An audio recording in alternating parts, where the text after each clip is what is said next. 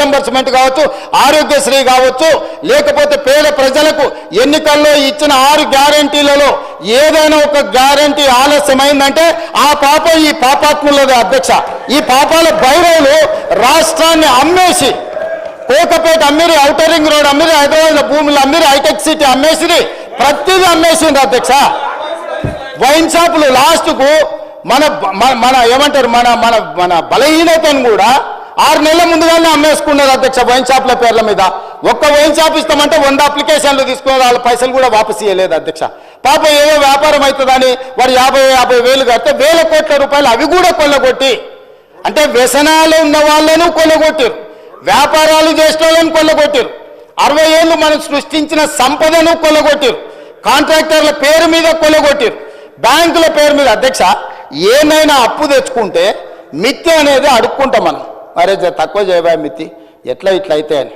వాళ్ళు తెచ్చిన అప్పు ఎంత రేటుకు తెచ్చినరో తెలుసా అధ్యక్ష? 11.5%.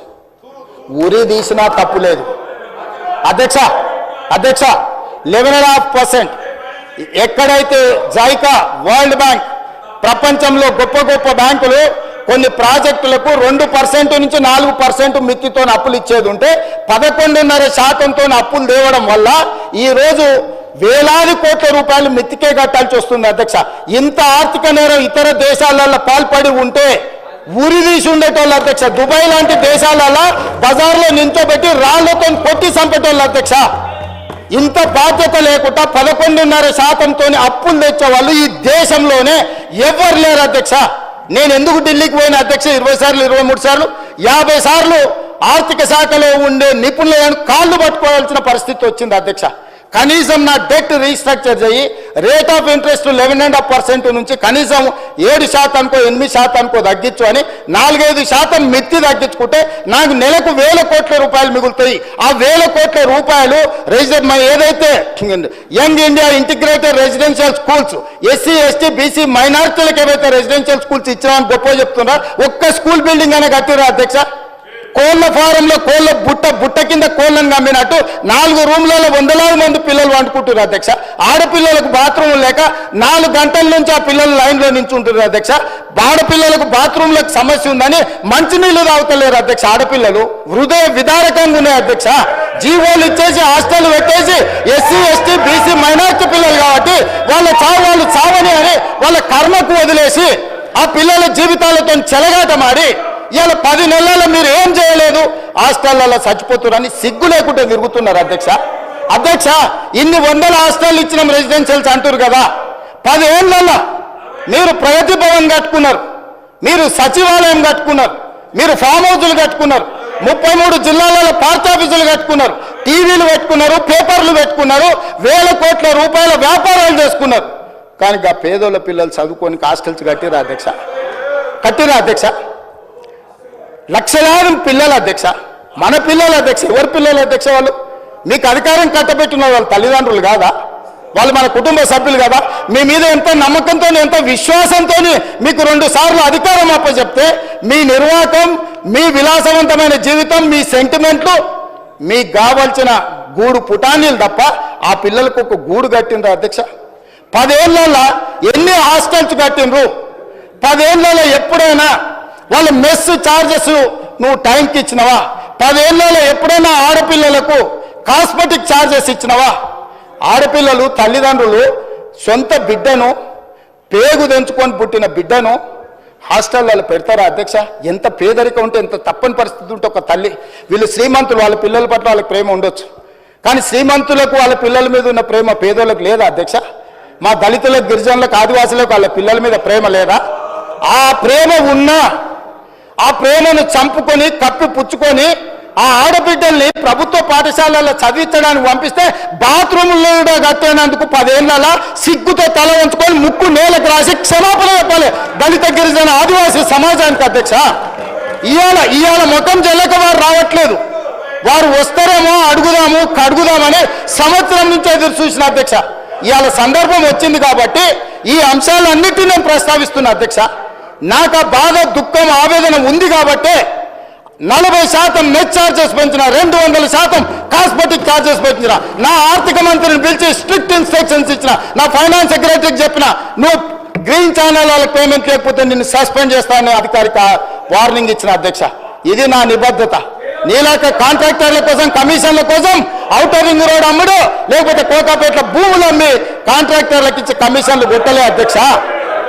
ఇవాళ నా నిబద్ధతను నువ్వా కోసం చేసేది? మీ స్థాయి ఎంత, మీరెంత నా గురించి మాట్లాడడానికే? ఇవాళ పరిపాలన మీద నాకా మీరు చదువు చెప్పేది?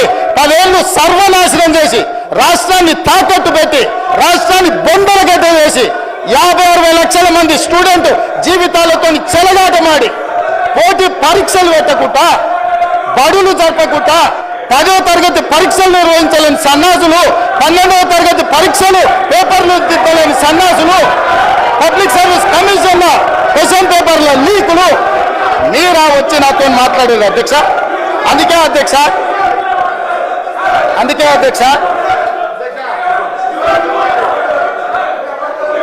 అధ్యక్ష హౌస్ని ఆర్డర్లో పెట్టమని ఉంది అధ్యక్ష. ప్లీజ్ కూర్చోండి. ప్లీజ్ అధ్యక్ష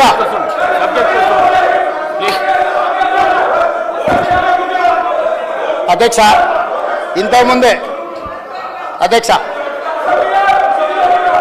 అధ్యక్ష అధ్యక్ష ఇంతకుముందు సభ్యులు తారక రామారావు గారు మాట్లాడుతూ కాళేశ్వరంలో మేము ఉచితంగా నీళ్ళు ఇస్తామన్నాడు. మిషన్ భగీరథలో ఉచితంగా నీళ్ళు ఇస్తామన్నారు. అదేవిధంగా రకరకాల కార్పొరేషన్ల మీద తీసుకున్న అప్పులు ప్రభుత్వమే కడుతుందన్నారు. కానీ గత ఆర్థిక మంత్రి బడ్జెట్లో కానీ రిజర్వ్ బ్యాంక్ ఇచ్చిన రిపోర్ట్లు, ఎందుకు రిజర్వ్ బ్యాంకు లెక్కలు చూపించిందంటే, Kaleshwaram irrigation project corporation limited పేరు మీద 64,651 కోట్లు అప్పు చేస్తే ప్రభుత్వం యొక్క లయబిలిటీ 16,162 కోట్ల రూపాయలు అని చెప్పారు. ఓన్లీ 25% గవర్నమెంట్ లయబిలిటీ అని చెప్పి 22-23 ఆర్థిక సంవత్సరంలో తప్పుడు నివేదిక ఇచ్చారు అధ్యక్ష. అదేవిధంగా Telangana drinking water supply corporation లిమిటెడ్లో 22,427 కోట్లు అప్పు చేస్తే 11,213 కోట్లు అని చూపించారు అధ్యక్ష. అదేవిధంగా షీప్ డెవలప్మెంట్ కార్పొరేషన్ కింద 1,314 కోట్లు అప్పు చేస్తే 65 కోట్లు మాత్రమే మా బాధ్యత అని, ఇట్లా మొత్తం 19 కార్పొరేషన్ల అధ్యక్ష.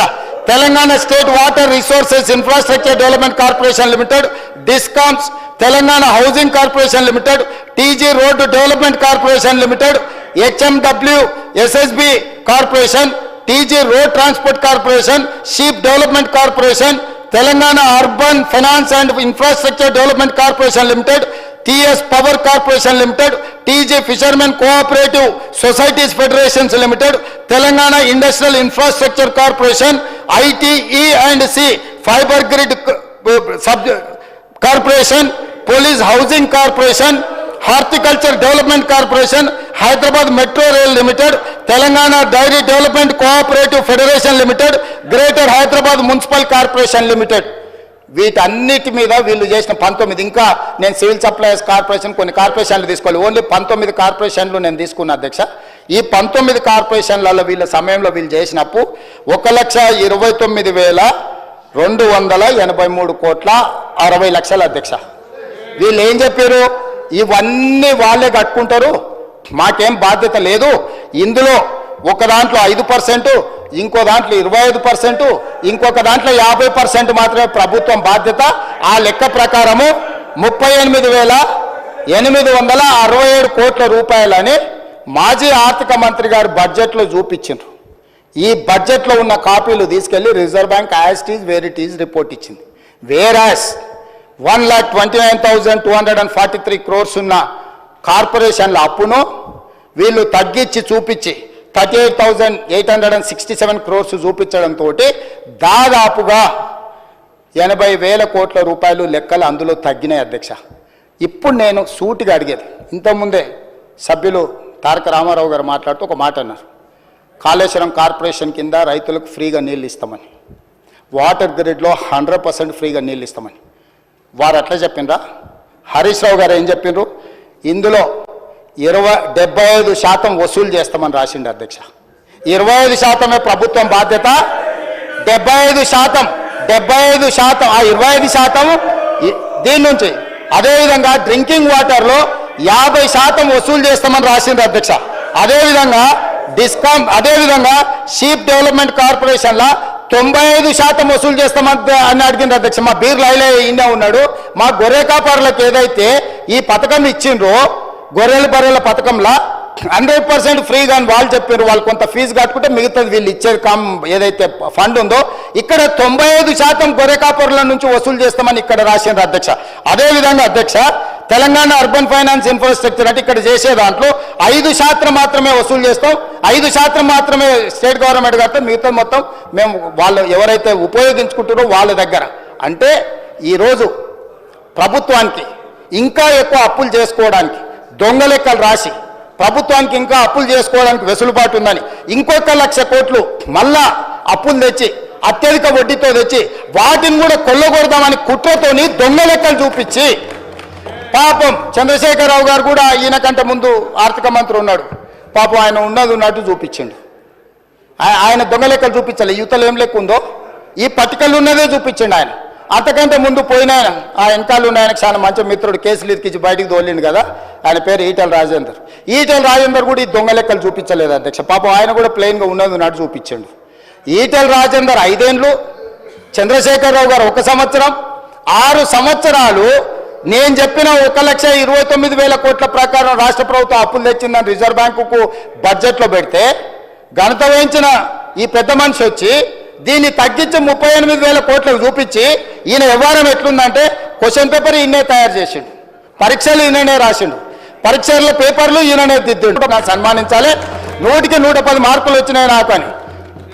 అయ్యా నువ్వే రాస్తేవి, నువ్వే ఇస్తేవి, నువ్వే బడ్జెట్లో పెడతావి, గదే రిజర్వ్ బ్యాంకు తీసుకుని రిజర్వ్ బ్యాంకు గదే ప్రింట్ చేసి దాని కింద మళ్ళీ ఇట్లా వితండవాదం చేస్తారని సుక్క పెట్టి కింద పెట్టారు. నా సోర్సు తెలంగాణ స్టేట్ బడ్జెటే సోర్సు అని చెప్పి నువ్వు ఇచ్చిన సోర్సు, నువ్వు ఇచ్చిన దొంగ లెక్కలు, నువ్వు ఇచ్చిన తప్పుడు లెక్కలు రిజర్వ్ బ్యాంకు తీసుకొని లెక్కలు రాస్తే మళ్ళీ అది తీసుకొచ్చి సభలో పెట్టే సూచన రిజర్వ్ బ్యాంకు నాకు సర్టిఫికెట్ ఇచ్చింది, నాకు మెడల్ ఇచ్చింది, నన్ను మీరు సన్మానిస్తారా లేదా? ఇప్పుడు ఈ సభలో నాకు నిలువెత్తు సన్మానం చేసి అదేదో నిలువు మన సమ్మక్క సార్ లెక్క లేదు చేస్తారు కదక్క. ఆయనకు నిలువెత్తు బంగారంతో సన్మానం చేయమని వచ్చి ఆడ నిలబడ్డాడు అధ్యక్ష. హైట్ కూడా తక్కువ లేడు, వెళ్ళి అట్లా చేద్దామన్నా. అంటే నేను అడిగేది ఏంటి అధ్యక్ష అంటే మీరు ఇచ్చిన తప్పు లెక్కలు మీరు ఎంతకాలము తప్పుదో పట్టిస్తారు, ఇంకెంతకాలం ప్రజల్ని మోసం చేస్తారు, అబద్ధాల లెక్కలతో ఎంతకాలం ఈ ప్రజల్ని మభ్యపెడతారు? నిజాలు ఇప్పటికైనా గ్రహించండి. నా రిక్వెస్ట్ ఒక్కటే, ఏం మించిపోలే 10 ఏళ్ళు మీరు ప్రభుత్వాన్ని నడిపినారు, ప్రజలు మాకు అవకాశం ఇచ్చారు, మమ్మల్ని ఊపిరి తీసుకొని అప్పులేడునో తప్పులేడునో మమ్మల్ని చూడనియండి, సర్దుకొనియండి. మమ్మల్ని అసలు కూడ తీసుకోకముందే, చేతులు కాళ్ళు దగ్గరికి తీసుకోకముందే ఎట్లనే చేసి రెక్కలు ఇరిసేయాలి, వీళ్ళని ఎట్లనే చేసి వీళ్ళని బద్నాం చేయాలి, వీళ్ళని ఎట్లా చేసి పని చేయనియొద్దు. అధ్యక్ష వాళ్ళు ప్రభుత్వాన్ని 10 ఏళ్ళు నడిపారు అధ్యక్ష. నేను సూటిగా అడగదలుచుకున్నా. నేను అంటే ఆవేదనతో అడుగుతున్నాను. నేను కోపంతో, వాళ్ళ మీద కోపం అనే పదానికి వాళ్ళకి అర్హత లేదు, నేను కోపపడేటంత. అధ్యక్ష కొడంగల్ మీ అమ్మమ్మ గారు రావునా అధ్యక్ష? మీ అమ్మమ్మ ఊరు కొడంగలే కదా? ఆ ప్రాంతం ఎంత వెనుకబడ్డది అధ్యక్ష మీకు తెలియదా? మీరు చూసింది కదా, కళ్ళతో చూసుకుంటూ పెరిగింది కదా. దేవుడు నాకు ఒక అవకాశం ఇచ్చి నా ప్రాంతం